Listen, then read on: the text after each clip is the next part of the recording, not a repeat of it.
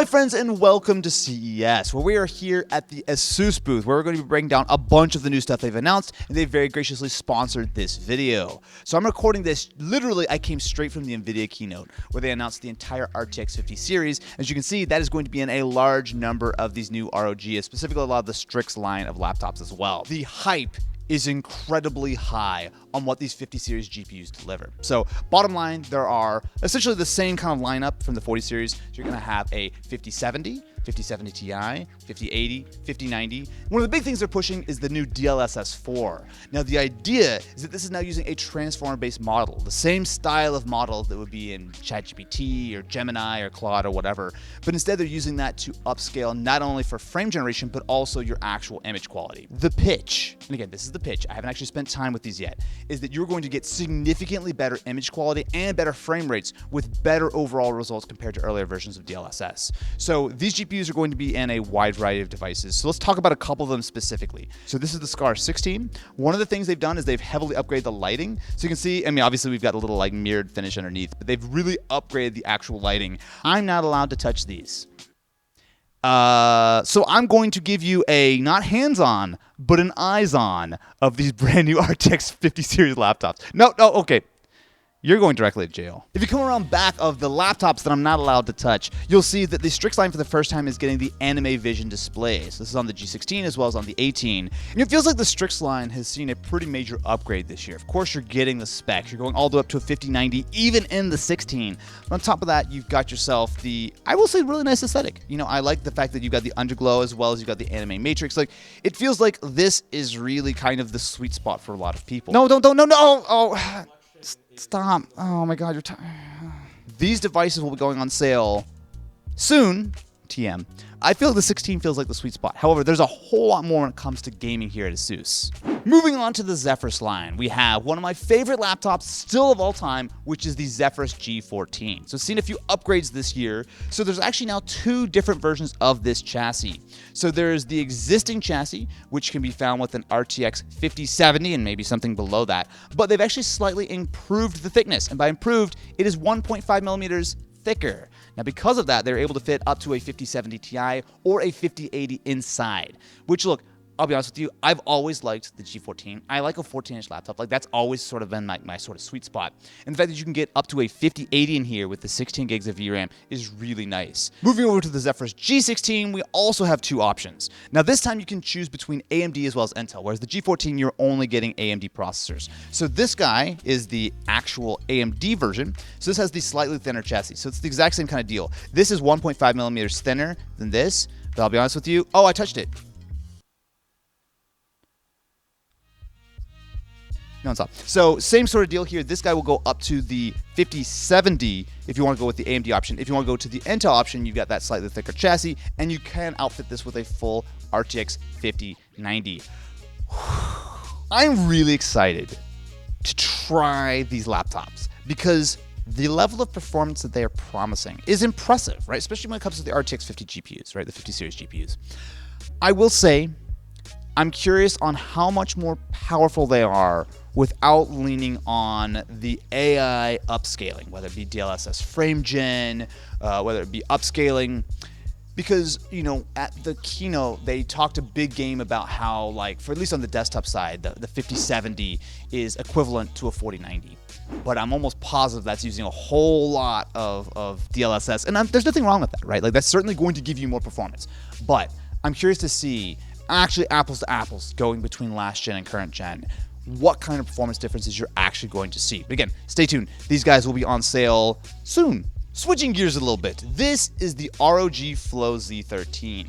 Now, this is the gaming tablet that ROG have been making for a few years. I actually recently took a look at one that was slightly older, and I was impressed at how well it's held up over a few years. But this one's different because this has, I gotta do this, the AMD Ryzen AI, there's a plus in here somewhere, Max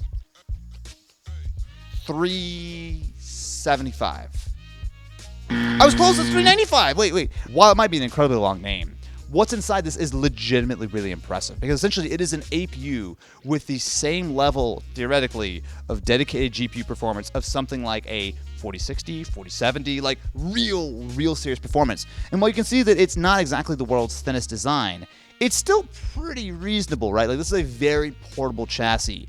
And importantly, you can pair it with an external GPU. What, you might ask, is that? Oh, that looks like a RTX 5090. I will say that we can't show any video of any of these things, especially the RTX 50 series. Very under embargo. But I can't help but notice that the clear case here, you can almost see a little bit of the GPU there.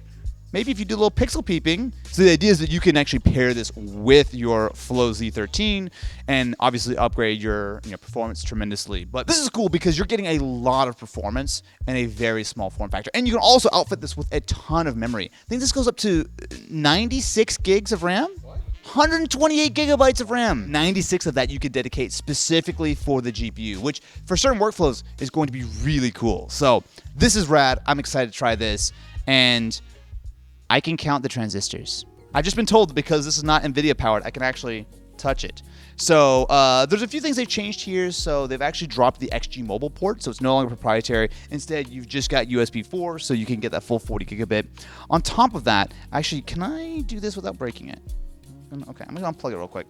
If you look around back, you'll see it's got an incredibly dope design where you can actually see some of the internals and the RGB window. Now, I think they did a version of this before, but again, it just kind of really makes this feel unique. Like, this is a product that no one else really does. It is a gaming tablet, but with this level of memory inside, I know there's a lot of people who can put this to a lot of use, especially for like AI workflows where you can utilize 96 gigabytes of RAM for your GPU. ASUS have also brought out the brand new ROG G700. So not only is this a brand new chassis that you can outfit all the way up to an RTX 5090, and you can see just how huge this GPU really is. But on top of that, you can also customize it. So you can actually go directly on ASUS's website and order a custom configuration. Unfortunately, I don't think you can rent one though. Now, switching gears just a little bit from gaming. This is one of the things that you may not actually care that much about, but I think is really rad. So this is one of the new ProArt displays. This is the PA32UCE. Now, it's a 32-inch, very color-accurate 4K display. What makes it really neat is it has a built-in motorized colorimeter. Colorimeter is the correct way to phrase it, right? It's that colorimeter. I always say colorimeter. It's colorimeter. Can I show you how the colorimeter works? Now, unfortunately, in this demo, it doesn't actually physically work, but what happens is when it's ready to calibrate, it motorizes this little sensor to go on the display and it calibrates itself. How cool is that? If you're unfamiliar when it comes to monitors like this, having accurate color when you're doing like color grading and working with video is really important. And normally you have to put this big sensor on top and gotta run it, and it's just this huge thing. The monitor can do it itself. That is incredibly cool. Is that an e-ink display on a NUC? Did they put an e-ink display on a NUC? Now, when it comes to the new ASUS Adol 14 Air, this is a very colorful, svelte option for a laptop. But the main reason why I think this is dope, take a look at this, right? Do you see this little thing in the middle? This produces scent. Yes, my friends, you heard me right. You can not only touch and feel and see, but you can also smell your laptop. So this is one of the little scent pods. I don't even know how it works, but essentially you can make sure that your laptop is going to give you the nostril bliss that you all love. If you want to certify the best smelling laptop of CES, woo! One of the more important devices here is the brand new ASUS VivoBook 14. So there are an enormous amount of VivoBooks. And the thing is, they're really interesting because specifically with some of these models, you can choose Qualcomm, AMD, or Intel processors. Now, I specifically want to point out the VivoBook 14 with the Qualcomm processor. This is a Qualcomm X chip. So this is the new 8-core Qualcomm Snapdragon chip. This starts at $699. So if you've seen the channel, you know that I've talked a lot about Snapdragon X series processors over the last 6 months.